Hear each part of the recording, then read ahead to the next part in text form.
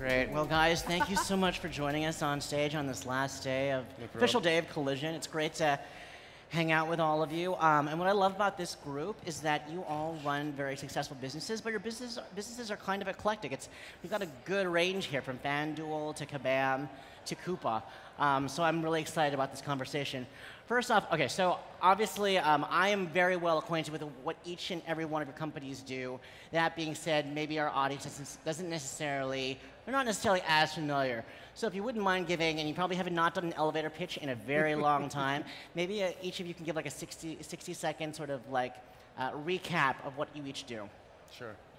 Go. Okay, so I'm Nigel Eccles. I'm the CEO and co-founder of FanDuel.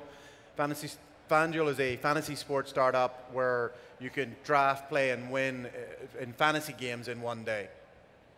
I'm Holly Liu. I'm co-founder of a mobile gaming company called Kabam. We make games like Marvel, Contest of Champions. I'm Rob Bernshteyn. I'm CEO of a company called Coupa, which is a spend management platform. We help companies optimize the way they spend money. So we streamline their procurement processes, their expense reporting, their invoice processing, sourcing, supplier management, all in the cloud. Awesome, great. So, so each of you have gotten to the large scale you've gotten in very, very different ways. And I want to touch upon briefly those paths. Maybe we can start with you, Rob. You guys, Coupa went public last fall, if I recall. Why did you decide to A, go public, and B, go public last fall? And the only reason I positioned it that way is because 2016 was sort of a slow year for IPOs. It was probably the slowest year for IPOs since 2009, I think. So why go public, and why go public last year? Well, we went public primarily because of the legitimacy we thought that it would help us have in the marketplace. Because when we're out to market, we've got now 540 or so customers, and our average deal sizes continue to go up. In many cases, customers are paying us $1–2 million a year subscription to our platform. So as you continue to go higher and higher, there's a greater interest on behalf of that prospect to feel like they're investing in a platform that's going to be around for the long term. And being a public company gives you that greater set of legitimacy. It certainly wasn't for cash reasons. We had plenty of cash in the bank. We have a largely recurring revenue business. Nearly 90% of the business is recurring. So that wasn't the rationale. The timing was simply that we were ready. We didn't want to necessarily follow others or lead others. It just seemed like a good time. We had good visibility on the business. We felt like we could build up a nice constituency of long-term investors in the public markets. And the window was open, so we just went for it. Got it. Now, Holly, Kabam decided to sell to Netmarble in South Korea. And this is a reported amount of between $700 and $800 million. Why sell versus IPO like Coupa did, for example? Sure. So I think you touched around something called timing, as well as markets. Now, oftentimes we're a consumer-based company, so timing looks a bit different for us. And even if we went onto the market, it wouldn't bring more. For our customers, it wouldn't bring anything more of like, hey, they're going to be around for a long time. It just doesn't have as much impact in terms of a consumer-based company. So then you start looking at it as like raising capital. Is that a good vehicle to raise capital? Is that a great way to invite more shareholders in? I think for gaming companies, mini gaming companies, the window looks very slim oftentimes. It's a little bit how the industry works. It's a bit more what people competitive, or it's what they call hits driven. Yeah. So actually, I was teasing Rob back there. I said, "Oh, the IPO markets love enterprise because you can measure the revenues coming in. They're very stable. You have subscription based. For us." We have stable revenues, but over time, people's tastes change. So, say we launch Marvel Contest of Champions, that's going on for 3 years. The user base looks very different after 3 years versus 3 years.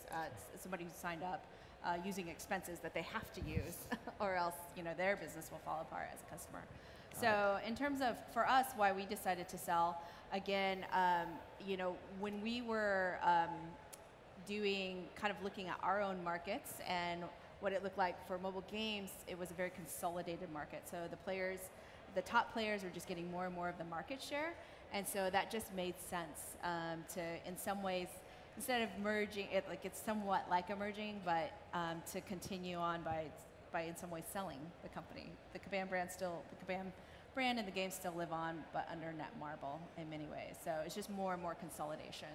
And Nigel, last but certainly not least, FanDuel agreed last year to merge with DraftKings, which might have been a surprising move to some, and certainly there was news around that. But I'd love to hear from you. Why merge? What was the rationale behind that? That's a very good question. So, the interesting thing about our market was what we discovered really in the last couple of years is that DraftKings and FanDuel were, from a customer perspective, almost interchangeable. The number of times that I'd speak to somebody and they would say, "Oh, I love FanDuel, I play it all the time," and you'd say, "Really, what's your favorite sport?" And they'd say, "Golf," and you'd be like, "We don't offer golf." So, and what we discovered was that you were playing on DraftKings. Now, we've since launched golf, but really what we saw was, and our roadmap was essentially the same as DraftKings. As we got to know DraftKings much better, we also saw that our vision was exactly the same. Like, we wanted to disrupt the larger sports market. We wanted to compete against ESPN and Yahoo. And with the change in the market to becoming a much more regulated marketplace, what we discovered was that we were both being really held back and having so much resource tied up and building the platform, putting in compliance. And so when you looked at both of us and say, well, how much of our resource is actually devoted to innovation? It was like maybe 20 or 30%. And we were like, hey, if we could combine these two companies, we could unleash, we could go to one platform, unleash the engineering team to focus on innovation, focus on developing, and use that to then go and attack the sort of the Yahoos, the ESPN of the world. So it was really like, these companies are identical. The customers view the products very, very similarly. If we can do this, there's a great opportunity to unleash, to actually do what we wanted to do from the very start, which was to compete with ESPN. We could build a better form of fantasy sports. And so that's why the merger made so much sense. Got it. And just to contextualize further, I mean, how many employees work at FanDuel now, and how many employees will there be after the merger? So there's about 320 employees at FanDuel. I think there's between 320 and 350 at DraftKings. The merger in this instance was one of growth and one of taking the resource and redeploying it. And so, we certainly will move to a single platform. We're in the process of deciding which one. But then what we would do is we'd take the engineering and the product development team from the other platform and invest those in growing the business. So it's a merger. Sometimes you see in mature industries it's about taking out costs. This is not about cost. This is about investing in growth. Got it. And I want to circle back to that. Holly and Rob, how large is Kabam and Coupa now? So we kind of shrunk a bit from the acquisition, after we sold. But our height was 1,500 people, 6 offices around the world. But now we're probably like 300, 400, I'd say. Okay. Yeah. And then Rob, what about Coupa? Roughly 730 or so people today. Got it. And, each substantial figures. I mean, I feel like one of the biggest challenges when you scale as a company is sort of maintaining culture, whether it's post-merger, post-acquisition, going from 10 to hundreds. How have you guys maintained that culture, or how do you plan on maintaining that culture through all these changes? Yeah, that's quickly answer. That's one of the toughest things that we find. In the early years, you know what your culture is because you all talk to each other, and it's how you behave. It's interesting. I had an executive coach, and the way he described it, he said culture is what you accept, and what you will come to certain critical points where maybe you have a high-performing employee, but he's an asshole. Do you accept that? And if you do, then that's your culture. And it doesn't matter what you put in the wall or what you talk about. That is your culture. People see that is acceptable in the company. So no asshole policy for FanDuel. For example, yes, certainly, and we try to always deliver on that. But just like other things that you discover is as you start to get to scale. In the early days, you don't need to write it down because you all kind of know. But once you get to scale, you do need to write it down. You kind of do need to put it on the wall because people are coming in and going, well, what's the culture around here? And so those are helpful. Like the culture on the wall thing is kind of, it's got a very negative perception because people are, oh, you just write it down. But it is useful, but you have to live it at the same time. It's a reminder that you look to the wall and and it's also a shortcut on decisions. Like a lot of time you're like, you're trying to like, should we do this or that? And if you know your culture and it's written down, you go, well, our culture says that this is the type of company we are, so you can get to a faster decision. not only ditto everything that Nigel said, but oftentimes, like I've really thought that really culture is the only way a company can scale. Because reality is when you're small, you really don't need to write anything down. It's like your family, you know how to work. And it's almost like when I'm not there, I want that person all the way in China to be behaving and thinking about the same way. And I think what happens is very much as you scale, you do need to be able to communicate what that looks like, or what that is. But what it looks like is it lives through your leadership. I see a lot of things that are, I always say culture is caught, not taught, right? People like see and mimic behavior, and those are the things, because they're going to be making these decisions based off of other people's behavior. So then it kind of wraps around in terms of your talent, right? Incredibly of like, particularly when you're on the executive team, what does your management team look like? What are they doing? How are they behaving? And you're right, what becomes acceptable when you're not there? Is it okay to, you know, have a 10,000 bottle of Cristal or not, right? Like, what does that look only like? after exit. Yeah, only after exit, only after merger, only after IPO. So I certainly think that culture is one of those things that you see a lot of artifacts around, but it's that secret glue that holds a lot of things together. And if you have a very strong leadership team where living the values, you can sleep so much better at night because you know they're making decisions in alignment with what you would do. Yeah, I would add to that point about values. You know, if you think about organizations, well-running organizations, what are we organized around? So we're organized around a common mission, vision, and then a common set of values. So for us, you know, when 730 so people today, but when we were about 25 people, I asked the folks in the company, so what do we want our values to be? And I collected all that and sort of worked through it and came up with 3 very clear values that are on the walls and that we repeat consistently through email interactions, through daily kind of norms within the company. And you know, we want to make sure that we're always ensuring customer success, oftentimes ensuring it and wanting it more than the customer may themselves. We're not selling to individuals, we're selling actually to organizations that they represent. So we may be working harder sometimes to make that company successful than the actual person that approved the budget that we sold into. So that's the first value. The second is focusing on results. So we continuously kind of smoke people out inside the company who are talking about the things they're working on, and we point them to what is it that they actually want to achieve and what's the result and when are we going to get it. Because if you're employed, obviously you're working on something, so we don't need to hear about that. Let's talk about what we're actually going to deliver in terms of result. And a third value of striving for excellence. So obviously, as most Silicon Valley companies, take a lot of risks, make mistakes, but in the process try to get better and better. And we put these on the walls. We give awards at the company every quarter to most valuable players in the company as voted by everyone in the company that exemplifies each of these individual values, and a whole host of other initiatives that help us keep that cultural glue and those core values very, very near to everyone's heart as we continue to scale, bring on more people, and acculturate them to this way of being inside the company. This is a question for all of you, and I'd love to see, you know, given your perspectives in different industries, what was the largest hurdle each of you encountered, and how did you overcome it? You know, Nigel, for example, was it, you know, legalization in several states? Holly, was it competition amongst, heated competition amongst other companies, and likewise, Rob? Do we want to take one first? We'll mix it up a bit. Okay, Give me more time to think about it. All right, fine, I'll go. But we've just had a smooth ride up and to the Oh, right, yeah, so I'm really struggling to think of anything that, you know, in the last 8 years was difficult, so I'll give you a chance. Oh, thanks. I'm sure if you look up the Kabam story, you'll see that we had 3 pivots along the way. Right. So we started out as a B2B corporate social networking company and ended up as a gaming company along the way. And while actually there's been a lot of challenges along the way, I think some of our largest challenges is around people behavior, which is funny. Either in the marketplace, like all of a sudden, you know, our numbers would fluctuate and we wouldn't know why.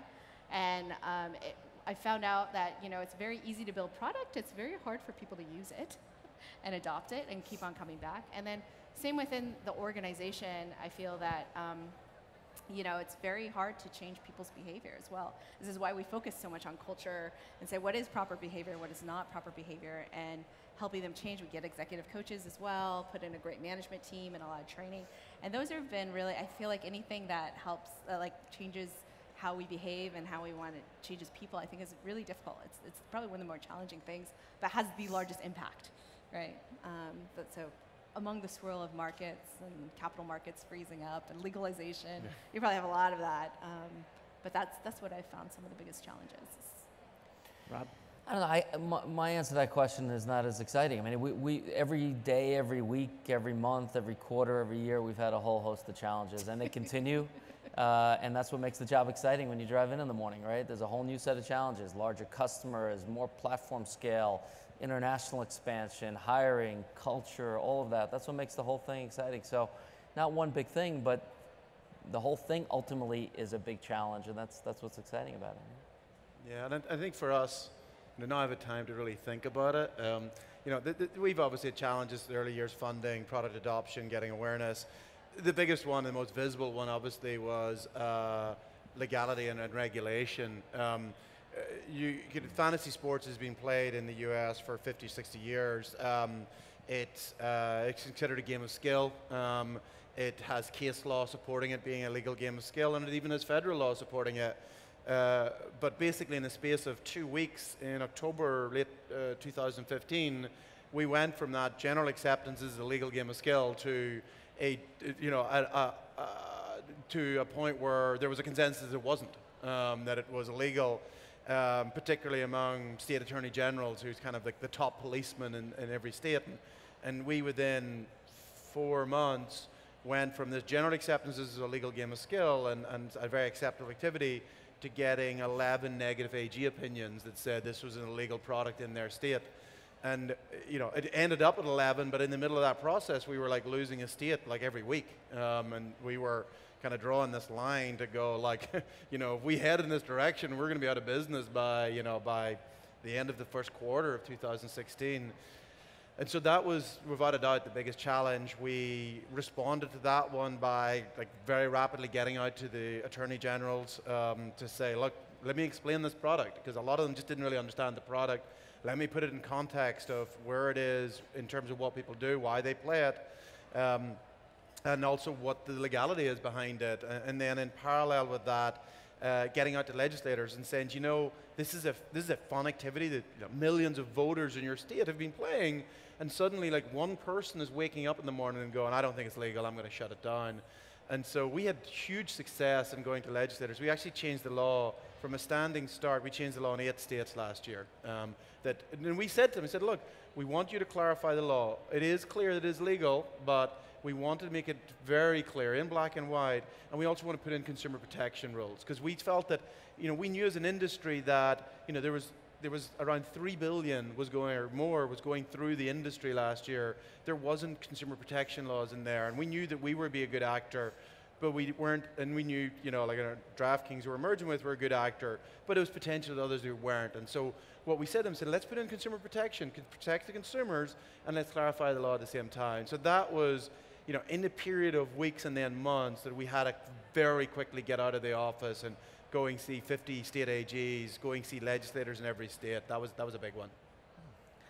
I want to circle back to briefly what you mentioned, Rob, around hiring. And the challenges around hiring at a later stage versus an earlier stage. Do you find that the right people in the early stages are the right people in the later stages or not? I mentioned that as an example for probably the most embattled unicorn right now is Uber, right? Travis Kalanick, I think no one would argue that he was an effective leader earlier on, but now he's in search of a COO. He's looking for adult supervision. I hate to put it that way, but that's what we call it. Yeah. Maybe you're just ahead of yourself. Maybe I am. But what are your thoughts on the hiring process, and then also this idea of adult supervision and bringing someone with more experience in? Well, I think you always have to be looking at your talent base inside an organization, making sure that you're getting ahead of challenges that they may face. The typical Peter Principle element happens. When the organization is growing very, very rapidly, you'll have people that can keep up with the pace, and you'll have people that will find specific roles that they're really strong in, and you could sort of leave them there. But you always have to be sort of cultivating. You always have to be, in my mind, if you use the metaphor of a tree, you have to shake the tree, make sure that people that are sort of holding on because you're doing great and pre-IPO, et cetera, the dead leaves, they fall off. That's number one. Number two, you always have to be ensuring that you're giving people as much energy as possible. In other words, keeping them interested, making sure they're in roles that bring out the best in of them that they have to offer. Create a platform for sort of personal and professional self-expression inside the organization as much as you can. And then be bold in getting ahead of hiring challenge that you may have. Not when you feel in your gut that there are certain people on your team or in the organization who are going to hit scale challenges, try as much as you can to get ahead of that by a quarter or two so that you can prevent problems rather than react to problems. And I think that's one of the biggest challenges of executive leadership is to identify those talent challenges early and act upon them in a very honest, assertive way and continue to grow the company. I think also you touch upon a little bit of kind of youth. So I will say our company, we started out with 4 founders. Our CEO was one of the youngest, and I would say we were probably all incompetent because we had never managed anybody in our life. Funny enough, we learned a lot. We had to grow up really fast, so we might be a little bit not like Uber. We're quite different than Uber, but in terms of like kind of that fast pace, but you may not have had much seasoned people who have started it, the company. And so with the Peter principle, you would say, okay, we're capped at incompetence right there. So what we did is we actually definitely we brought in some more seasoned folks, but they were a little bit in different roles. Like our CFO was actually from a SaaS-based company, and he's like, I don't understand this gaming thing and how you guys. Which company was it? I can't remember, but he had worked in a couple of places, but they were all SaaS-based, and he switched over to gaming. So it's very interesting. He's probably going to kill me that I can't remember it, but it's been amazing. And you know, our COO was quite seasoned as well. And I think it was the foresight of our CEO to kind of really surround himself with you know, kind of some of his things that he knew he didn't know as much or could augment himself. But the other thing we also leaned on a bit more was executive coaches. I know you had mentioned an executive coach, but I think that was quite helpful. Really? Okay. To have some executive coaches. Now, obviously, the person has to be open to it, and the organization has to be open to it, because you know you could change lots of stuff, but you can't force somebody to want something. It was a great thing because our CEO was very open to it. People on the executive team were very open to it. So I think that was incredibly helpful. And then everything that Rob had said in terms of those are probably some of the largest challenges of being able to see when people that came in earlier, trying to help them kind of scale, it wasn't the easiest thing. And then people at a later stage did look a bit different for us. For sure, we had a kind of a different skill set that was needed in a short amount of time, and that was probably one of the challenges of swapping out talent or helping people in terms of within the organization. Yeah, scaling of your early employees is I think an absolutely critical to the success of a business. And you know, and I look back in early numbers, and you started like the first 30, 40 employees. You know, I'd say that you're thinking about, I'm trying to think of what our success rate was in turning them into like leaders in the company, and it's, you know, maybe only 30 or 40%, but those 30 or 40% are like invaluable, like the people who are real cultural carriers, who absolutely get the vision, who can really take people through the really tough times because they kind of experienced it in the early days. And you need to do a lot of work of kind of upscaling them, augmenting them in areas, maybe paring down their role, because in the early days they do everything, and so you have to really help them go, why don't you give this away to somebody else? Why don't you give this away to a specialist? I think if you don't do that, I think you do struggle to scale, is to like find those early guys and really kind of grow them into being leaders in the company. Yeah. Every entrepreneur, every company, it's never a smooth ride. Jeff Bezos himself has said one must fail in order to ultimately succeed. So with respect to the fact that time is starting to wrap up a little bit, I'd love to hear from you guys. You know, what do you qualify as like the biggest failure that you've learned, that you've encountered along the way, and what did you learn from that? Maybe it's a legal battle, maybe it's a failed feature or product, maybe it's a pivot, you know. so many to choose from, right? Yeah, Nigel? it's Yeah. kind of like, it's like they talk about, I think a great quote about entrepreneurship is going from failure to failure without loss of enthusiasm. I just think, in particular in the early stages of the company, like you try 100 things and you fail at 99 of them and one of them half works, and so you kind of continue to push that one. From the outside, so many companies look like it's up and to the right. It never feels like that inside. It feels like, one of the weird things about us is we were a very seasonal business, and so, and there's weeks in the year where we just go boom, and then every other week in the year we're like declining and to the right. And so until we understood seasonality, like we spent our first 2 years, I would say 45 out of 50 weeks a year we're failing.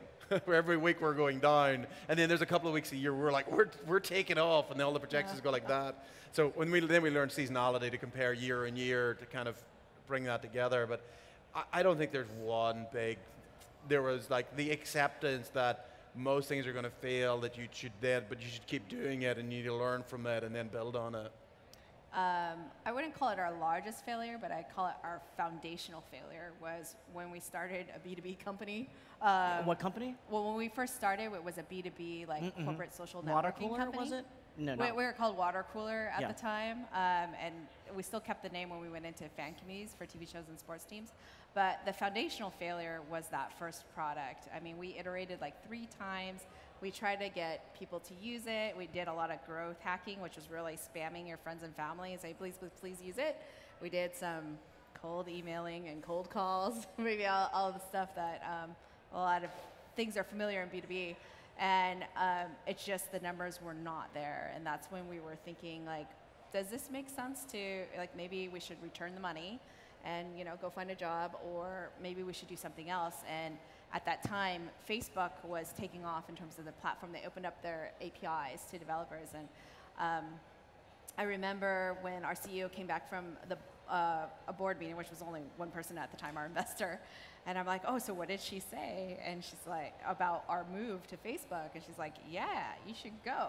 Go where the users are. And I call it a foundational failure because that did something to us fundamentally. We became a very market-led company in many ways. And at our core, we became more and more adaptable.